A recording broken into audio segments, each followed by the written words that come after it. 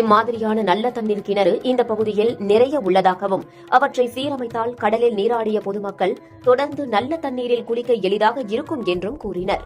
தீர்த்த கிணறுகள் குறித்து பக்தர்கள் விவரம் தெரிவித்துக் கொள்வதற்காக அந்தந்த தீர்த்த கிணறுகள் அருகே இதுபோன்ற கல்வெட்டுகள் கொண்ட கற்கள் நடப்பட்டு இருந்திருக்கலாம்.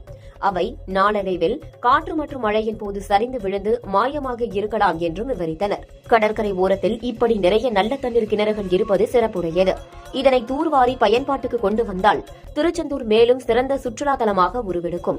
மேலும் நல்ல தண்ணீர் ஊற்றின் நீர் ஓட்டத்தை கண்டறிந்து திருச்செந்தூருக்கு நல்ல தண்ணீரை வழங்கவும் வாய்ப்புள்ளது. இந்த கிணறுகளை சீரமைத்து பக்தர்கள் பயன்பாட்டிற்கு கொண்டு வருவது அவசியம் என்றும் எடுத்துரைத்தனர் பேராசிரியர்கள். திருச்செந்தூர் வள்ளிக்குகை பகுதியிலிருந்து கடற்கரை பகுதியில் உள்ள சந்தோஷ மண்டபம் வரை 24 தீர்த்த கிணறுகள் இருந்த நிலையில் அவை பல்வேறு காரணங்களால் மூடப்பட்டுவிட்டதாக தெரிகிறது.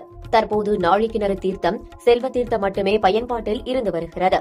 நாழிக்கிணறு தீர்த்தத்தில் பக்தர்கள் நீராடி வரும் நிலையில் செல்வ தீர்த்தத்தில் இருந்து முருகப்பெருமானுக்கு அபிஷேக நீர் கொண்டு செல்லப்படுகிறது. இப்படியான சூழலில் புதிதாக கண்டுபிடிக்கப்பட்டுள்ள 2 கல்வெட்டுகள் முக்கியத்துவம் வாய்ந்ததாக பார்க்கப்படுகிறது.